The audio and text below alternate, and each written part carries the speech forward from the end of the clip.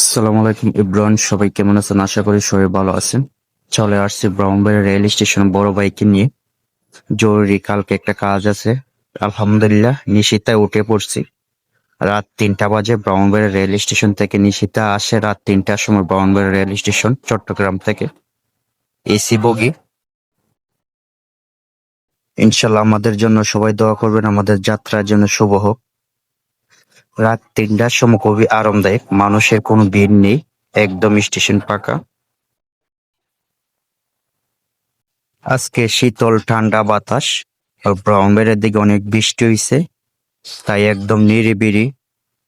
Rail station একদম ফাঁকা। এই দেরি না করে 2 ভাই রাত্রে চলে যাব ঢাকা। কি কাজের উদ্দেশ্যে সবাই দোয়া করবেন ইনশাল্লাহ যেন কালকে কাজটা শেষ করে আসতে পারি। রাত বাজে 3টা, ঘুমও ধরছে, তাই 2 ভাই মিললে কপি নিয়ে নিলাম। খাওয়া দাওয়া শেষ করে এখন ট্রেন আসার সময় হয়ে গেছে। ইনশাল্লাহ আবার ব্রেক করতে হবে।